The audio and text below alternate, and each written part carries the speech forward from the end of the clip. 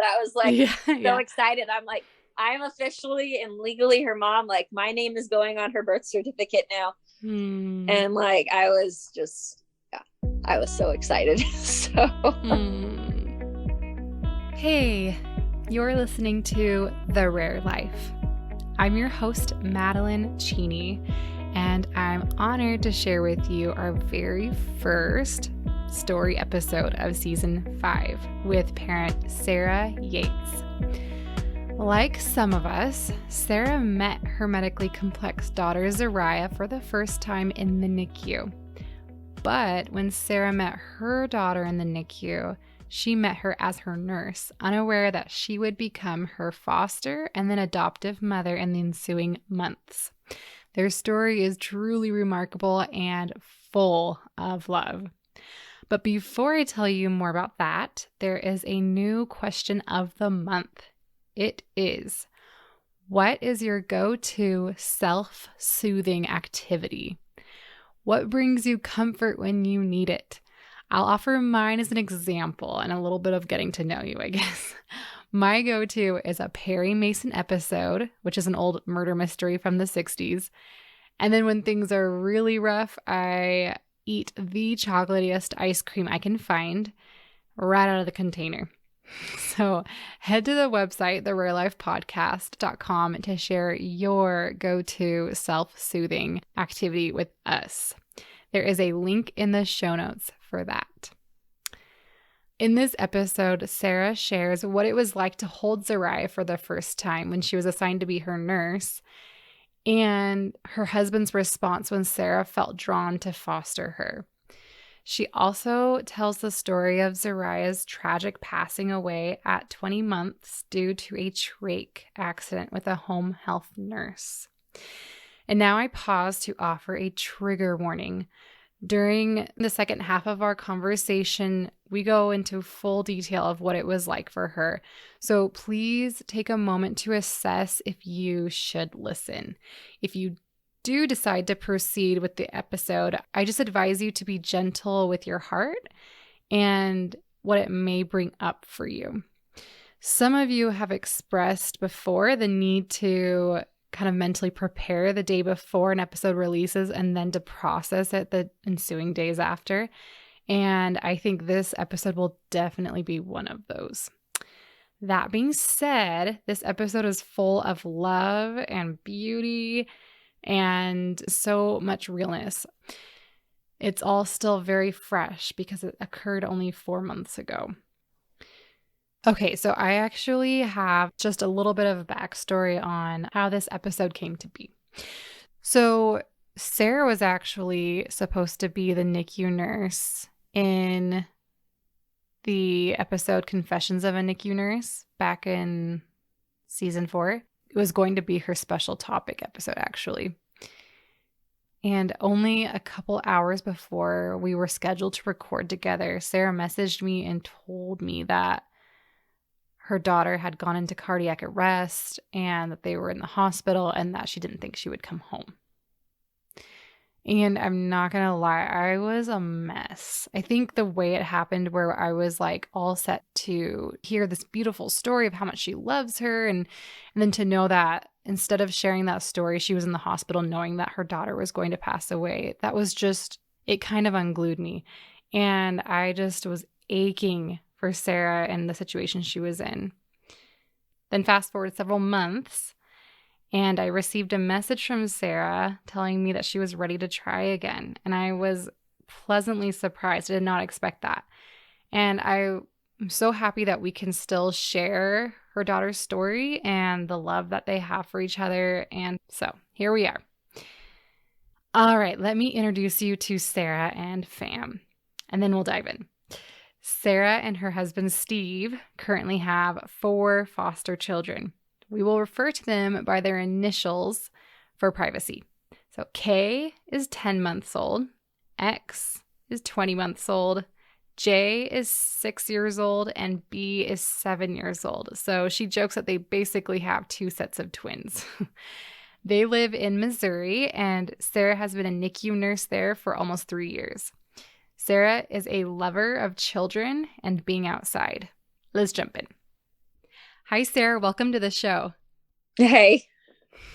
It's so great to chat with you. I'm really excited to hear, more about your story with Zariah. And I think it's a very interesting story, and it is full of love. And so I'm really excited to hear more about her and about your journey together.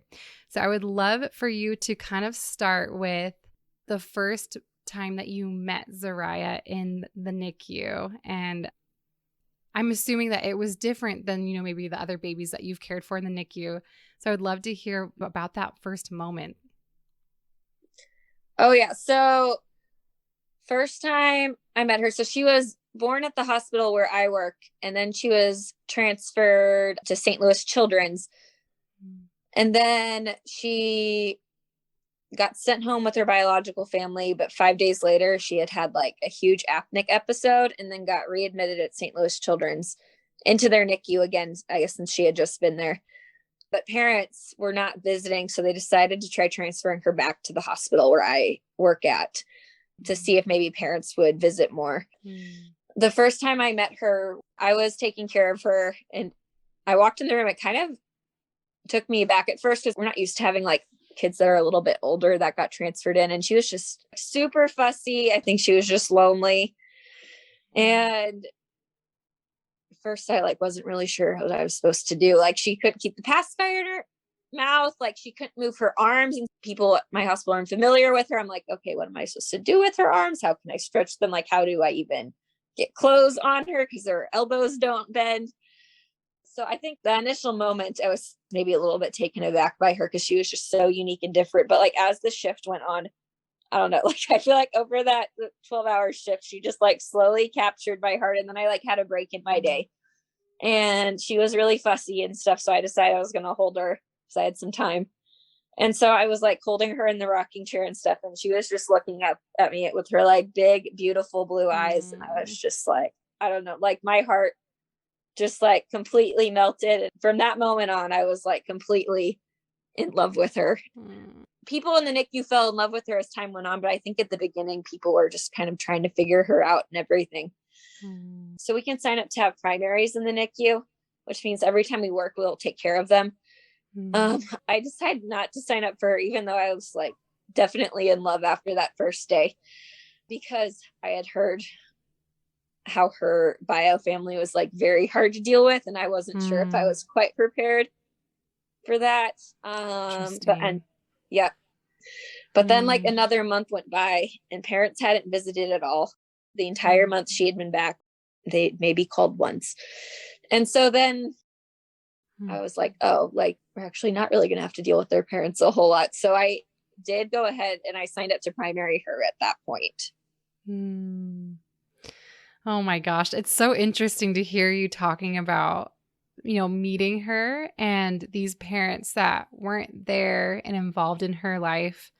I think like, especially like for me and probably people listening who like, that would have been our child, right? Like a lot of our children were in the NICU. And so picturing, I don't know, I feel for that family, and I feel for Zariah, like being in there without that parent involvement and that love.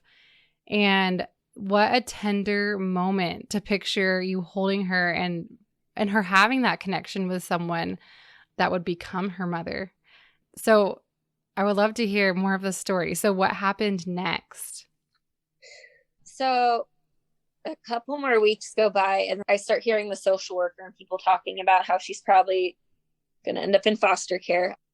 So at that point, I don't know, I just felt like God was tugging on my heart, like, this is something you're supposed to do. Then, of course, I had to get my husband on board with it. The social worker at my hospital wasn't like very helpful at first. She wasn't officially in foster care yet. It had gotten delayed. They had kind of told Biomon that like, hey, we are going to take away custody because you haven't been here in 6 weeks. Like, we've had no contact from you really in 6 weeks. And then, of course, she shows up that night. And then she visited a few more times after that and then stopped coming again. So that delayed her coming in foster care for about a month. But like during this time, it seemed like kind of inevitable. So at first I was like really trying to push my husband. Like, I really think this is something we're supposed to do and stuff. And he was kind of like, whoa, like he has no medical background. he can't even meet her until like we agree to foster her because of HIPAA and stuff. Like he can't come in the hospital, he can't see her and stuff. So he has to agree to this without ever meeting her. Oh, wow. Holy cow. So once she does actually come into foster care, the caseworker contacts us. They're like, oh my gosh, like we did not think we would be able to find anyone to take her for like a long time. Mm-hmm. Just because she had the trach, the G-tube, just like so much stuff going on. But eventually I was talking to my mom and I kept trying to push Steve into letting us take her. But my mom was like, this is going to be really hard. Like, you don't want to push him into do something he doesn't want to do. Cause like, if this ends up going really bad, like he might end up like resenting you for this. And so I just prayed about it. And I was like, God, if this is really your plan, like, I feel like it is, please change his heart. So I like did not bring it up for a week and a half. And then he like came to me like out of the blue and was like, yeah, like, I think this is something we should do. And I was like, oh my whoa. gosh. Wow. I can't even like, I'm picturing like from Steve's point of view, like, because you didn't have any children yet, right? She was your first? No, we had been married for 3 months when I first met Zariah. Oh my gosh. Okay. Yeah. So like picturing from his point of view, like that is so, I think that's really tender, honestly, to like picture him feeling this connection to her and his heart opening up to her without even meeting her. Like, I just love picturing him in that process and that moment where he came and told you like, yes, let's go do this thing that you wanted so badly. Mm-hmm. What was that conversation like?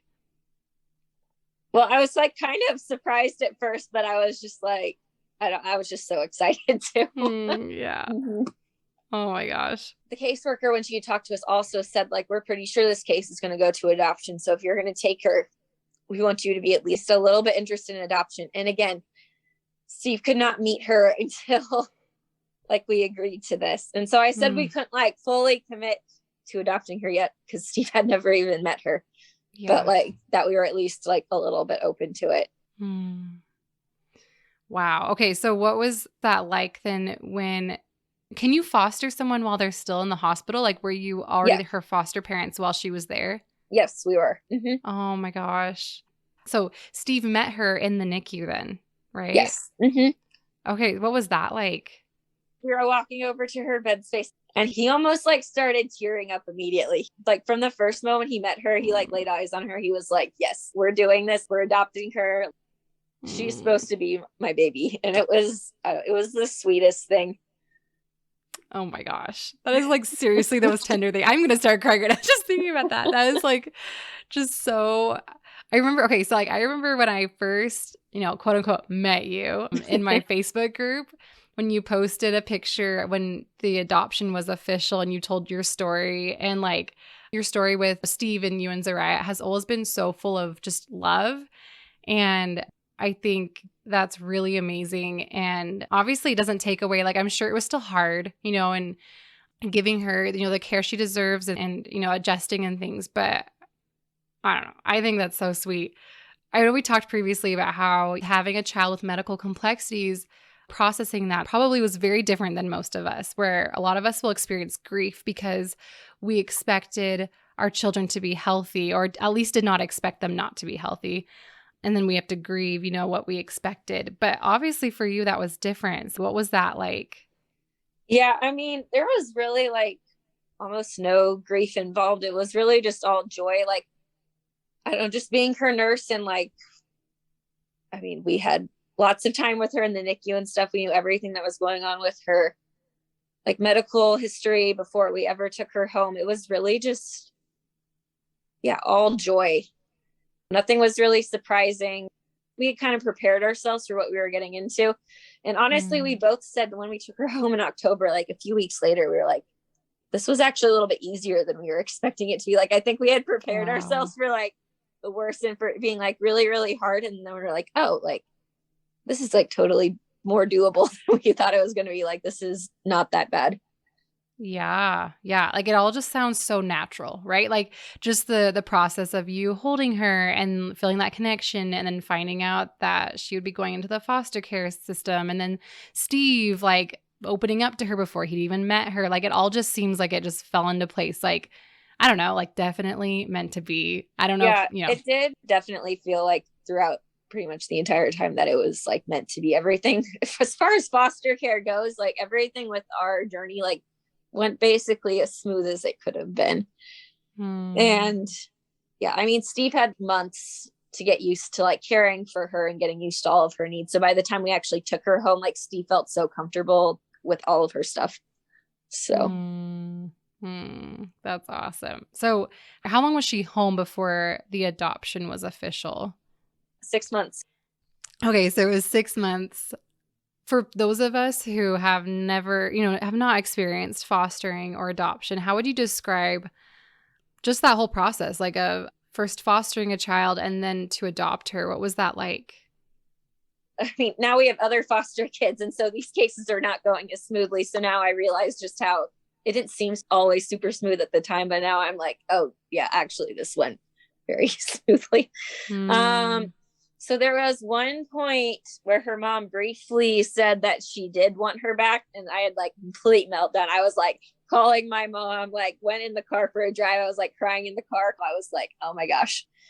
Because the mom just randomly showed up for a meeting. She had never been a part of one of these meetings before.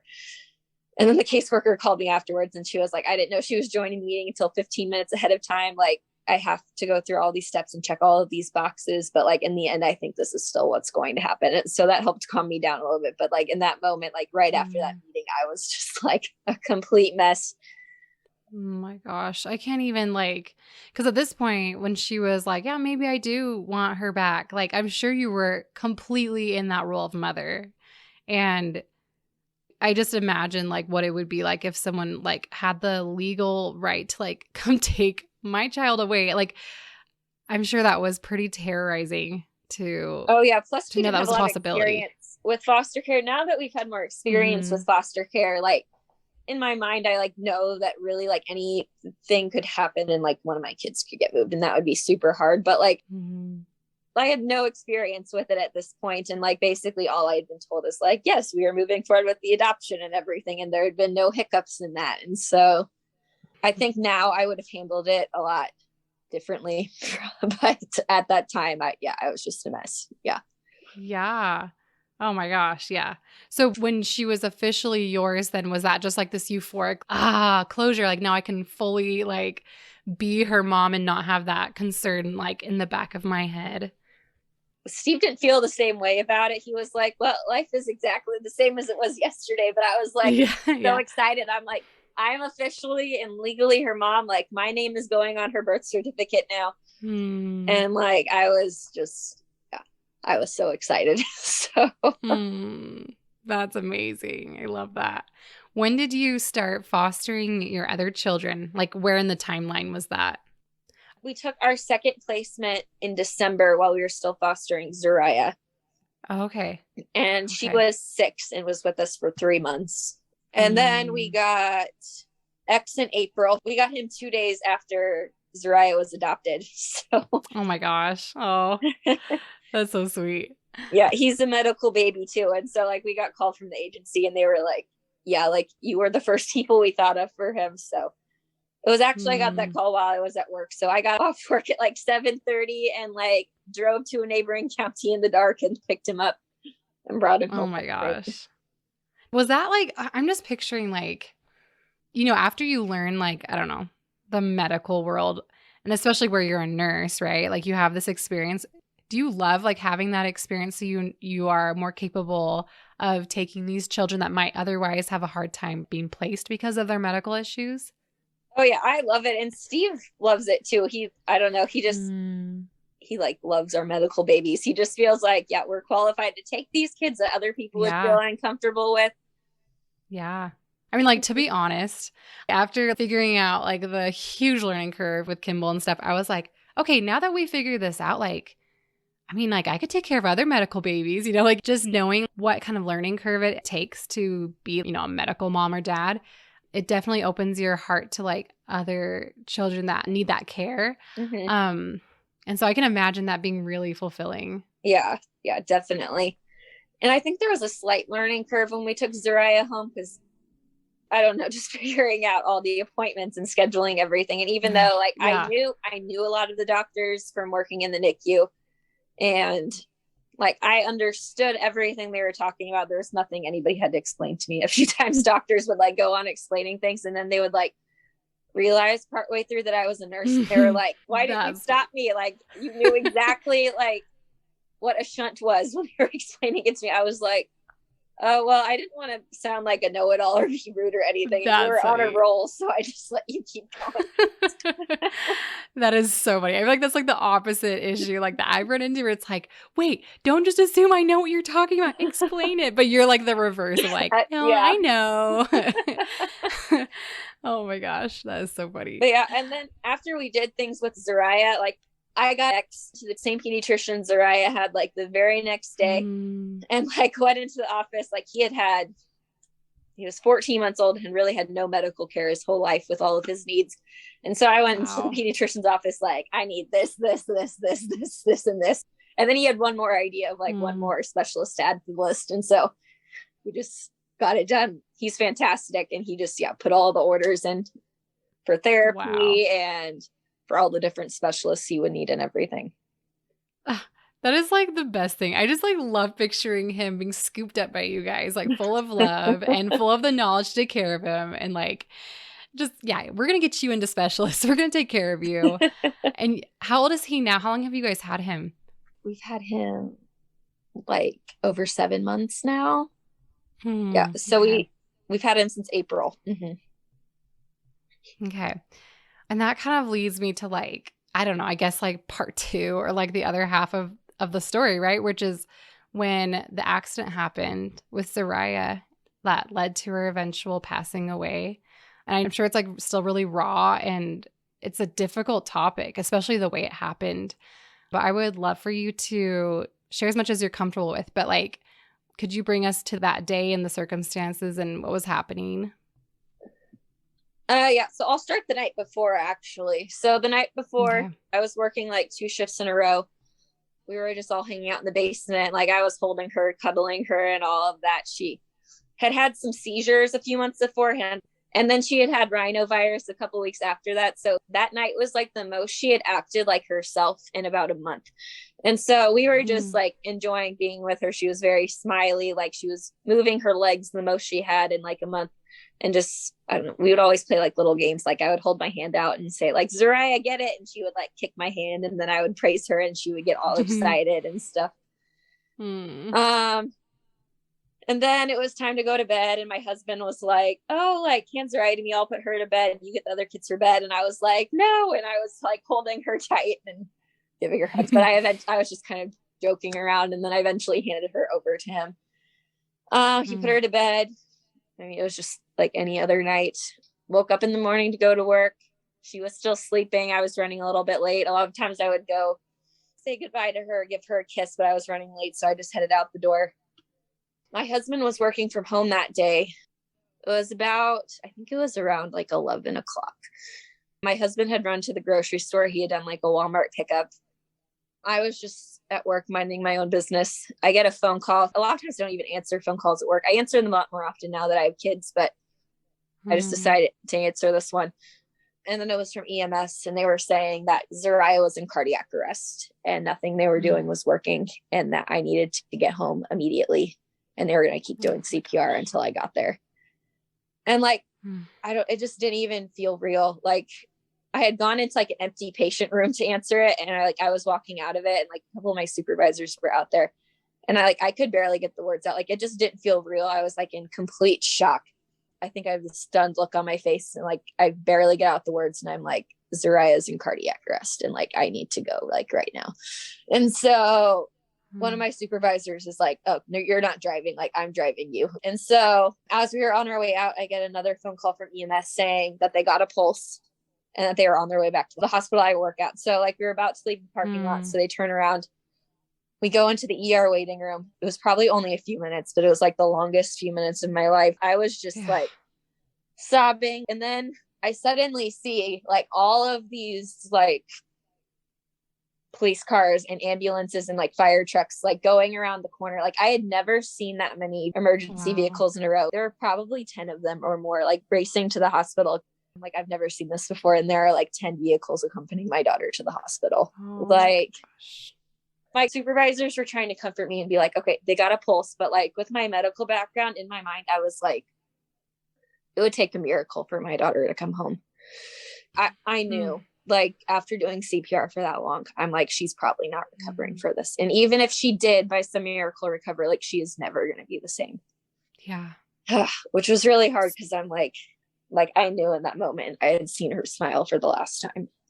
Right. So you already were on the way to accepting, or not accepting, but like that was final to you. Nowhere close to accepting it. My heart was nowhere near there, but in my head. Right. And then they pull up. My husband said there were so many people working on her that like he couldn't go in the ambulance with her. So back up, like my husband had gotten to the house like 2 minutes before EMS got there. So he was there when they came to get her and everything. He saw them doing CPR on her, which I think he still has PTSD from. And they take her in the ER. Like we're both just like completely sobbing and like crying uncontrollably. While they're like working on her some more, they take us into like another room, and like the social worker from the NICU, actually, who I know, comes down and talks to us and stuff. And they eventually like told us that they had gotten her stabilized and brought us up to the PICU and said like she'll join you like after the CT scan. And I mean, we're just in like complete shock. Like it just doesn't feel real. Like an hour ago, everything was fine. Oh my gosh. And so just, I mean, like, obviously I know this, but like for those who don't know, like what caused Zariah to go into cardiac arrest and eventually pass away?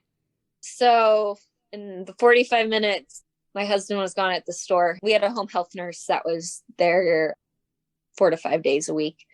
She had been working for us for about 6 months.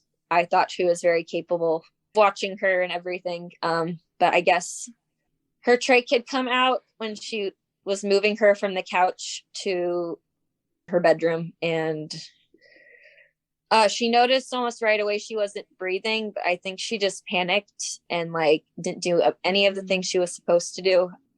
I mean, we got the 911 recording. You can hear the dispatcher like telling her like how to bag her with everything, and it's like, oh, are you seeing chest rise and stuff? And she's like, oh, I don't know if I'm doing this right and stuff. But like throughout all of this, she like never checked to make sure her trach was in, and her trach was actually going down the front of her neck instead of like in her stoma.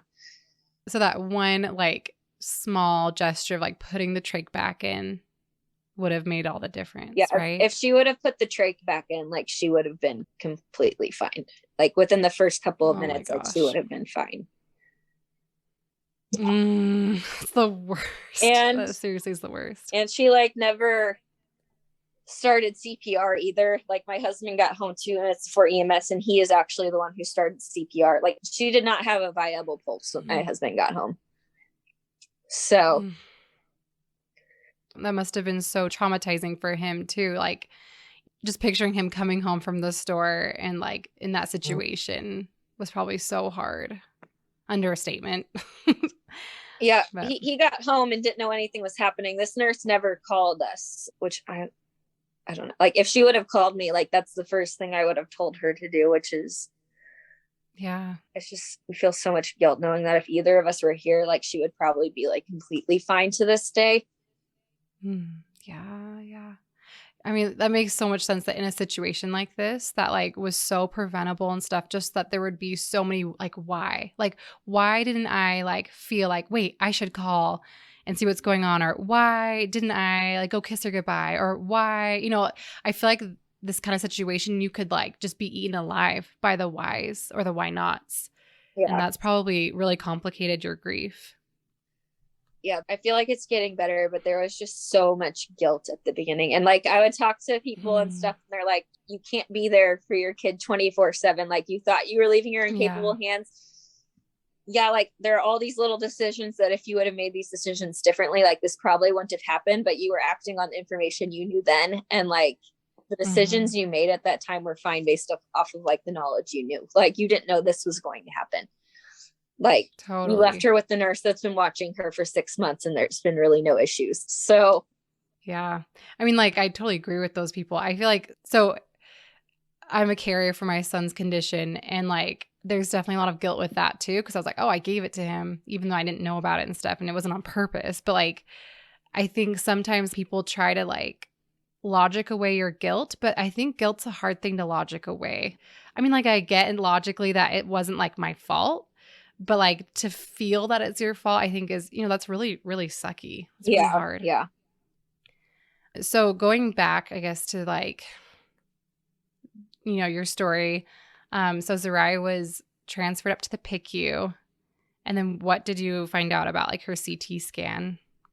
I mean, it looked completely awful, which I was already thinking in my head, like, there is a very good chance she's brain dead right now, which like I knew in my head. But when the PICU attending said that, like, I just lost it all over. Like, I finally like calmed down for probably about 20 minutes. And then like he said that and I just like lost it all over again. Mm-hmm. And then luckily with COVID, it really should have only been me and my husband allowed up there. But like I had talked to the social worker down there. I was like, I need my mom.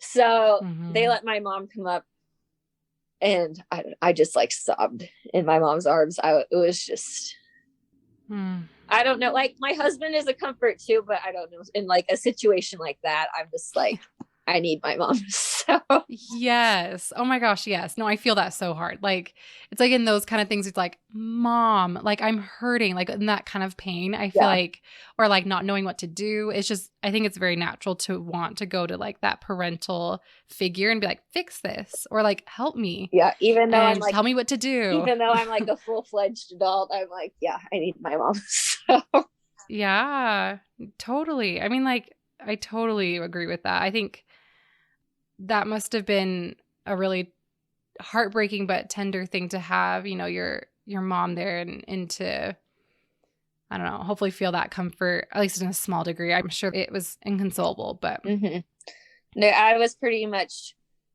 crying inconsolably probably 90% of that day. So yeah. So what ensued in the next, the following days? What kind of decisions did you guys have to make? So later on in that night, her pupils did start responding, and she was starting to trigger some of the breaths on the ventilator. So they were like, oh, like, we're pretty sure she's not actually brain dead.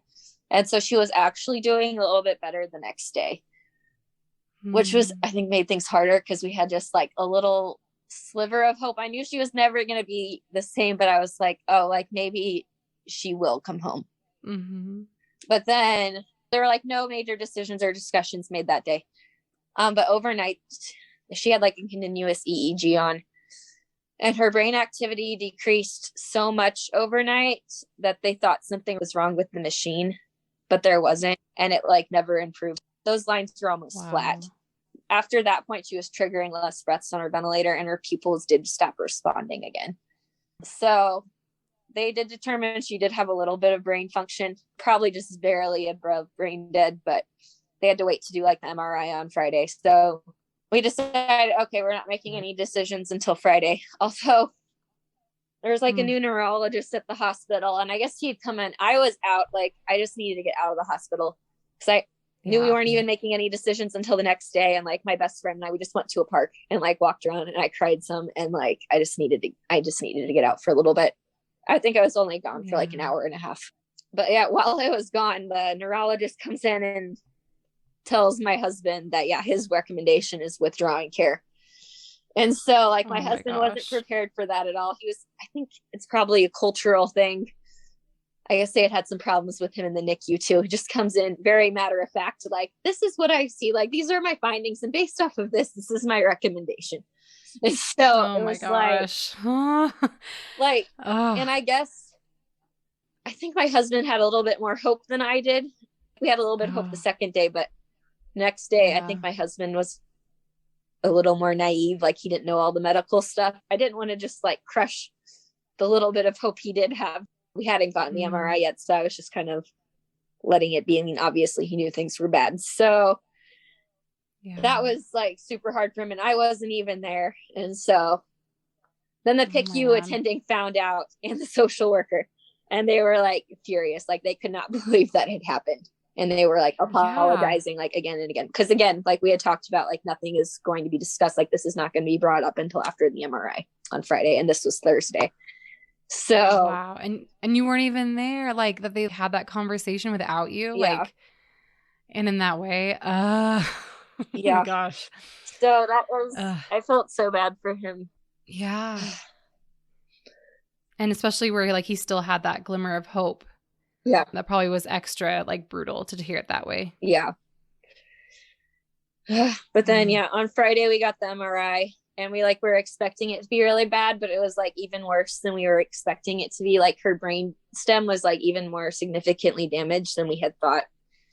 Even then, the PICU doctors told us, like, don't make any decisions tonight, sleep on it, like come back in the morning. We're not rushing you. Like, but like we both knew at that point, she was very stable, but it was like, she wasn't on any sedatives. Like she was not moving at all. Like she was not responsive even a little bit. Like her MRI was terrible.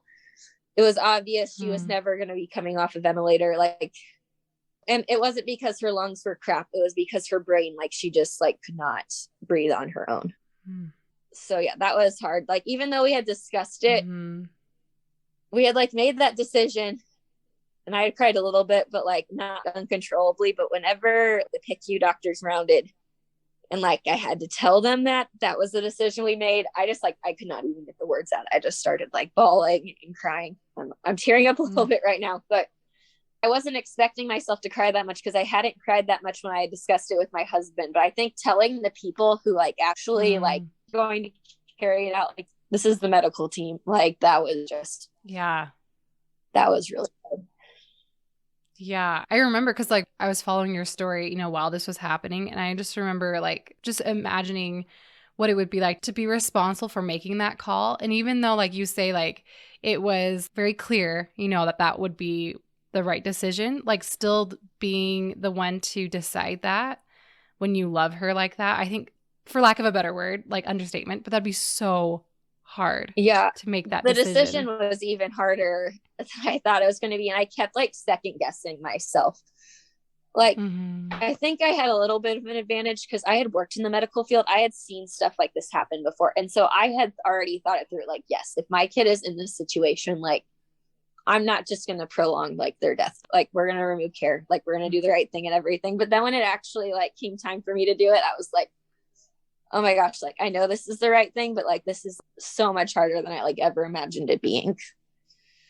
Most people have probably never thought of that before, but like just I saw that all the time from working on the NICU. Like unfortunately, like a few times a year we have to withdraw care on babies, and it's like heartbreaking, but it's just something you think about when you work in the hospital. Yeah. I think it's like every parent on this earth's like worst case scenario, like that you would have to make that kind of decision. And especially where it's like, because you love her, right? Yeah. Like it's such a tangled up mess of like, oh, I love her so much, so I'll let her go. But I love her so much, so I don't want her to go. Yeah.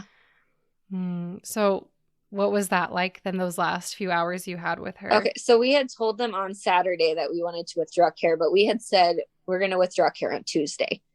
So it wasn't like an immediate, like, yeah, we're going to withdraw care now. We're like, we want this weekend. We just want to like hold her and love on her. Cause we hadn't held her at that point, which I think looking back on it, I probably could have, but in the NICU, we have a policy like kids with art lines cannot be held because it's such a bleeding risk. And she had an art line. So I just assumed I couldn't hold her and nobody had brought it up. And so on Saturday, I was like, since we made this decision, like I want a lot of the lines out except the ones keeping her alive. And like, I just want to hold her. I just want to hold my baby. So yeah, that first time I like held her after the accident, I was just like, I know I kept it together until like the nurses left the room and they like pulled the curtains and stuff. And I don't know. I just started like, oh, sorry. I'm like tearing up now. Yeah, I just started like bawling and I don't know. I was just like holding her and just like whispering her in her ear, like, I'm so sorry that mommy wasn't there to protect you. And I'm, yeah, sorry. I'm like, yeah. I don't, yeah. In that moment, just holding her, there was just so much guilt, and like as a parent, like you feel like it's your job to protect your kids, and like I don't know, I just felt like I had failed her. Yeah, this is probably so hard to talk about. Mm-hmm.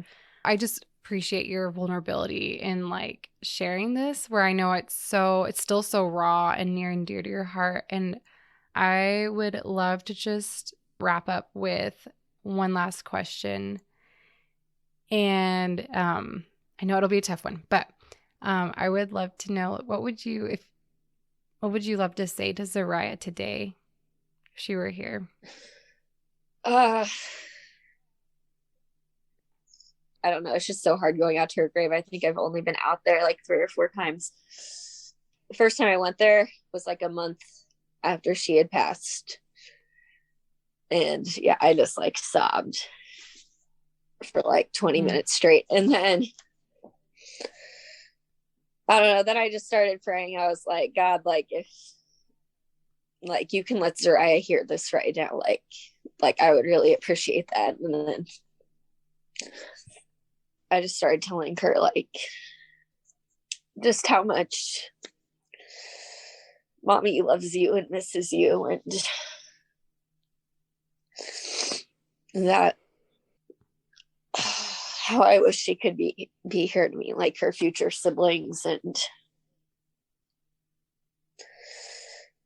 that I'll never forget about her ever. And then I started talking about, which I know, like, I posted something about this and some people got kind of offended with it on disabilities, but I mean, like being a Christian and stuff, like we believe like that you get like new bodies in heaven. And so I was just talking about how I was hoping like she was having lots of fun up there, like running and playing and laughing and doing all of the things she couldn't do here. Yeah. That is so beautiful. Well, again, I'm so grateful that you were willing to open up about this deeply, deeply personal and painful thing, and also full of love and just so much emotion. So thank you so much for sharing, your journey with Zariah and your love for her with us. You can find adorable photos of Zariah and her parents and answer this month's question on the website. There's a link in the show notes. You can also find adorable photos of them by following Sarah on Instagram, and I'll throw a link in the show notes for that as well. There will also be a link in there for the Facebook group that we mentioned in the episode. It's called Parents of Children with Rare Conditions. Join Sarah and me next week for her special topic episode as we dive into some difficult feelings that she's dealt with towards the home health nurse involved in the accident and her children's birth parents, among other things. Don't miss it. See you then.